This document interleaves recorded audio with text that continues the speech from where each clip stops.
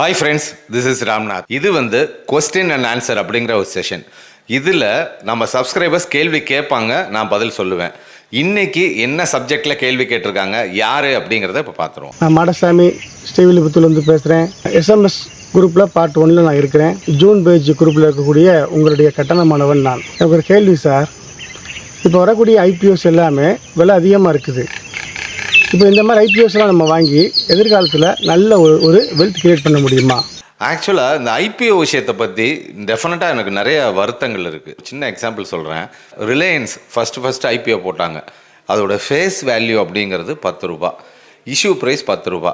அப்போல்லாம் face value எவ்வளவோ அவ்வளோ தான் இஷ்யூ ப்ரைஸுமே இருக்கும். போது எங்கள் சித்தப்பா என்ன சொன்னார்னா, 10 ரூபான்ற கொஞ்சம் ஜாஸ்தியாக இருக்குன்னு இறங்கும்போது 8 ரூபா 70 பைசாக்கு வாங்கினார். எனக்கு இன்னும் நல்லா ஞாபகம் இருக்குது. ஃபேஸ் வேல்யூ 10 ரூபா, ஆனால் வாங்கினது 8 ரூபா 70 பைசா. இப்போது இன்றைக்கும் அதை ஹோல்ட் பண்ணிகிட்டு இருக்காரு. இன்றைக்கி அவரோட டிவிடெண்ட் ஈல்டே பார்த்தீங்கன்னா அவர் வாங்கின விலையை விட பல மடங்கு கூட டிவிடெண்ட்டே ஒவ்வொரு வருஷமும் வந்துகிட்டு இருக்கு. அவருக்கு அடக்கமே 8 ரூபா 70 பைசா தான். பட் அதை விட ஜாஸ்தியாக 100% டிவிடெண்ட் ஈல்டு அப்படியெல்லாம் தான் இருந்தது. அதுதான் லாங் டேர்ம் இன்வெஸ்ட்மெண்ட்டுங்கிறது, அதுக்கு தான் கரெக்டு.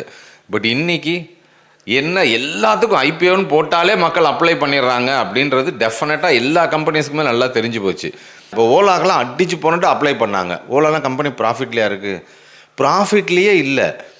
ரெண்டாவது, அவங்க ஒன்று வர்றது பார்த்தீங்கன்னா 250 மடங்கு 300 மடங்கு ப்ரீமியம். ஒவ்வொரு ஸ்டாக்கும் பார்த்தீங்கன்னா பிஇ ரேஷியோன்னு சொல்லுவோம், அதாவது ப்ரைஸ் டு ஏர்னிங் ரேஷியோ அப்படிங்கிறது. பல கம்பெனிக்கு இன்றைக்கி பிஇவே நெகட்டிவில் இருக்குது. ஏன்னா லாபமே இல்லை கம்பெனியில். அவங்க பழைய கடனை அடைக்கிறதுக்காக ஐபிஓ வராங்க. அதிலெல்லாம் போய் எல்லாப்பரும் அப்ளை பண்ணி வச்சுக்கிட்டு. ஸோ தயவு செஞ்சு நீங்கள் அப்ளை பண்ணுறதுக்கு முன்னாடி அந்த கம்பெனி எந்த துறையில் இருக்குது, அவங்க லாபமாக இருக்காங்களா, எவ்வளோ பிஇ ரேஷியோவில் வருது, இதெல்லாம் கொஞ்சம் பார்த்துட்டு நீங்கள் அப்ளை பண்ணீங்க அப்படின்னா அவங்களுக்குமே இல்லைடா டுபாக்கூர் கம்பெனி தான் மக்கள் அப்ளை பண்ண மாட்டேங்கிறாங்கன்ற ஒரு பயம் இருக்கும். இப்போ எதை போட்டாலும் லிஸ்டிங் கெயின்ஸுக்காக தடன்னு அப்ளை பண்ணிடுறாங்க அப்படின்ற ஒரு தைரியத்தினால தான் புதுசாக கம்பெனி ஆரம்பிக்கிறவங்க பேங்க் லோன் வாங்குறத விட பேசாமல் நம்ம ஐபிஓ போட்டு மக்கள்கிட்டே காசை வாங்கிடுவோம் அப்படின்னு நினைக்கிறாங்க. இது ரொம்ப ரொம்ப தப்பான ஒரு உதாரணம். இதுக்கு ஆதரவு கொடுக்கறதும் நம்ம மக்கள் தான். இதை கொஞ்சம் யோசித்து டெஃபினட்டாக நீங்கள் பார்த்து சிந்தித்து செயல்பட வேண்டிய நேரம் இது.